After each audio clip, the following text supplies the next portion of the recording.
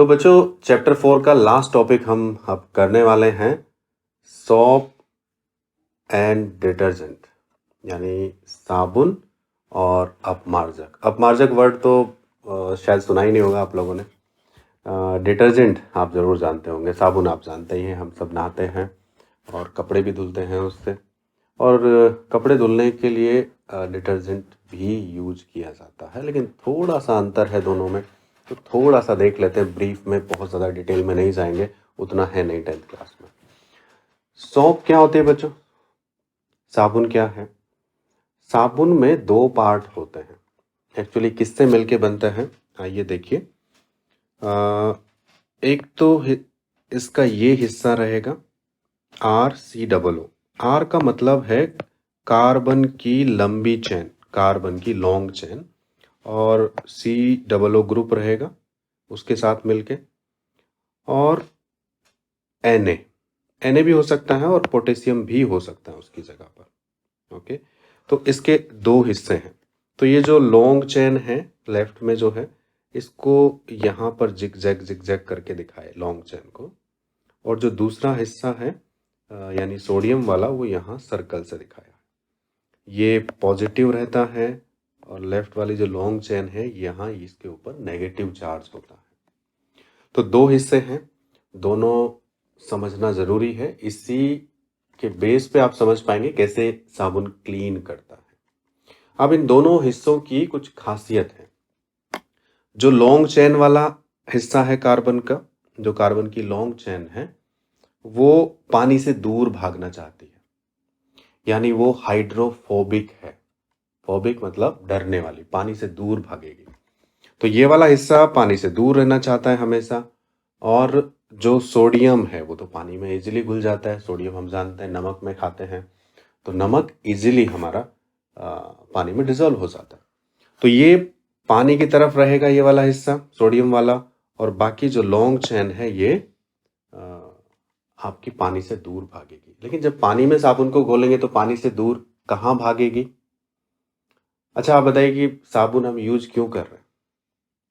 साबुन हम यूज कर रहे हैं गंदगी दूर करने के लिए, क्लीन करने के लिए।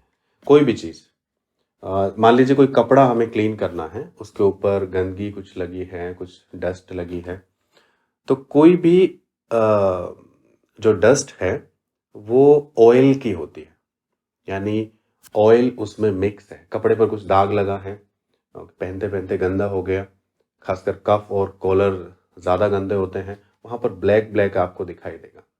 वो क्या है? मिट्टी तो है वहाँ पर, लेकिन साथ में ऑयल भी है।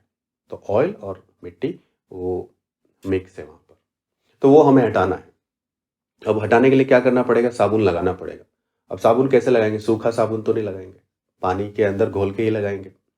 तो होगा क्या, साबुन के दो हिस्से हैं। एक जो लॉन्ग चेन वाला है वो पानी से दूर रहना चाहता है, हाइड्रोफोबिक है, तो वो कहाँ जाएगा?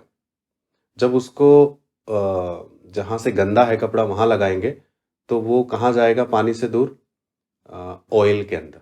यानी जितनी भी गंदी चीज़ें कपड़ों पर लगी रहती है उनमें ऑयल होता ही है, तो ऑयल के अंदर जाएगा वो, और जो दूसरा पार्ट है वो पानी में घुला रहेगा।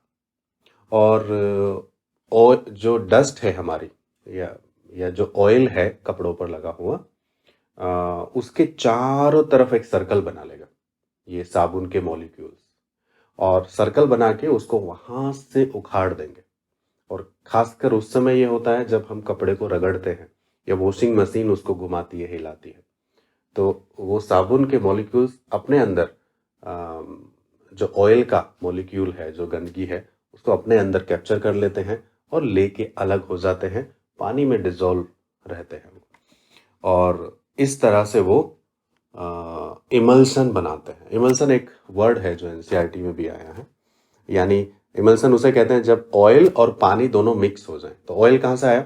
गंदगी से, कपड़ों की गंदगी से, और पानी तो है ही वहाँ पर, तो ऑयल और पानी दोनों मिक्स है एक साथ, उसको कहता है इमल्सन। तो इमल्सन बन जाता है और फिर वो कपड़ा हमारा साफ हो जाता है। तो ये इसका क्लिनजिंग प्रोसीजर है। एक पिक्चर से आप समझ सकते हैं। देखिए आपकी एनसीईआरटी में भी ये पिक्चर दिया है। आप देखिए यहाँ पर एक ऑयल ड्रॉप है, यानी गंदगी लगी हुई है यहाँ पर। और हमने फिर क्या किया, साबुन में कपड़े को डाल दिया या साबुन लगाया कपड़े के ऊपर। तो देखिए ये छोटे छोटे मॉलिक्यूल साबुन के इसकी ओर आते हुए दिखेंगे। और ध्यान से देखिए, इसके दो पार्ट है बच्चों। तो एक पार्ट जो इसकी तरफ जा रहा है वो पानी से दूर भाग रहा है, यानी इसके अंदर धंसने के लिए जा रहा है वो। ओके, और जो डार्क पार्ट है वो पानी में ही रहना चाहता है। और देखिए अगले वाले स्टेप में धीरे धीरे उस गंदगी को अपनी ओर खींच रहे हैं। ओके, और खींचते खींचते उसको एक सर्कल जैसा बना दिया और उसके चारों तरफ वो जमा होने शुरू हो गए। और ऐसे जमा होते होते देखिए लास्ट में कुछ ऐसा एक स्ट्रक्चर बन रहा है। इस स्ट्रक्चर को और भी बेहतर आप राइट साइड में जो पिक्चर दी है समझ सकते हैं। देखिए जो लॉन्ग चेन है, ये जो लॉन्ग चेन है जिगजैग वाली कार्बन की, ये पानी से दूर भागेगी और ऑयल ड्रॉपलेट के अंदर जाएगी, तेल की बूंद के अंदर। ओके, और जो सोडियम वाला या पोटेशियम वाला हिस्सा है वो पानी में ही रहना चाहता है। तो इस तरह से गंदगी के चारों तरफ ये एक सर्कल बनाएगी और इसे बोलते हैं मिसेल। मिसेल इम्पोर्टेंट है, ये इसका डायग्राम कभी कभी पूछा जाता है, तो उसको थोड़ा देख लेना। तो ये तो हुआ साबुन की बात, सोप की बात। लेकिन डिटर्जेंट क्या है, डिटर्जेंट का इस्तेमाल क्या है? उनको भी क्लीनिंग के लिए यूज करते हैं। जब साबुन था तो डिटर्जेंट की ज़रूरत क्या थी, क्यों बनाया गया उसको? कहीं कहीं पर आपने देखा होगा ऐसा पानी आता है जहाँ पर साबुन झाग नहीं देता, यानी साबुन क्लीन नहीं कर सकता। तो ऐसा क्यों होता है?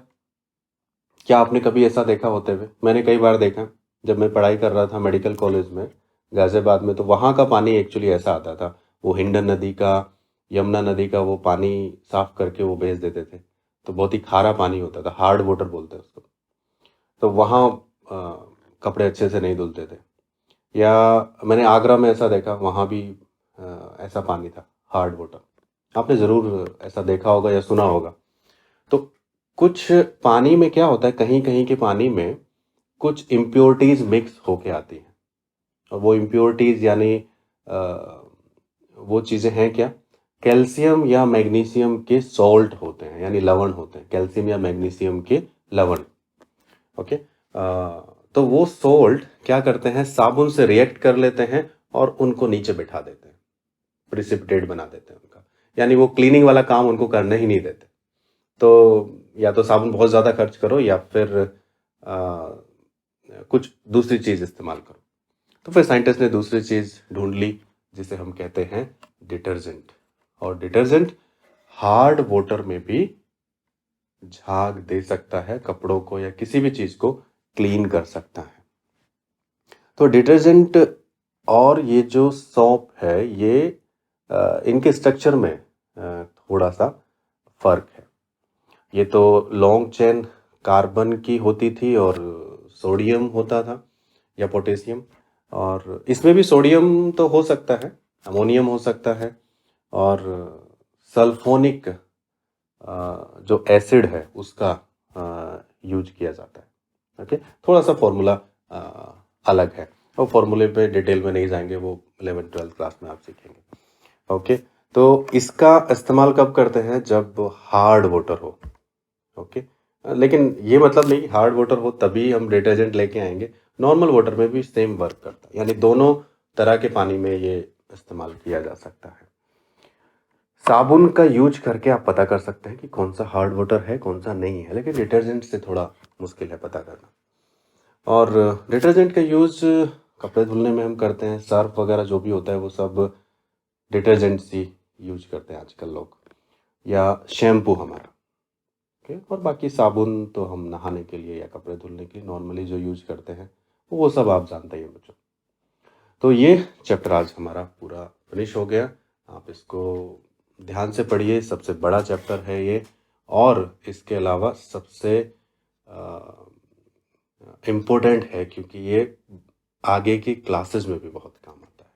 थैंक यू बच्चों।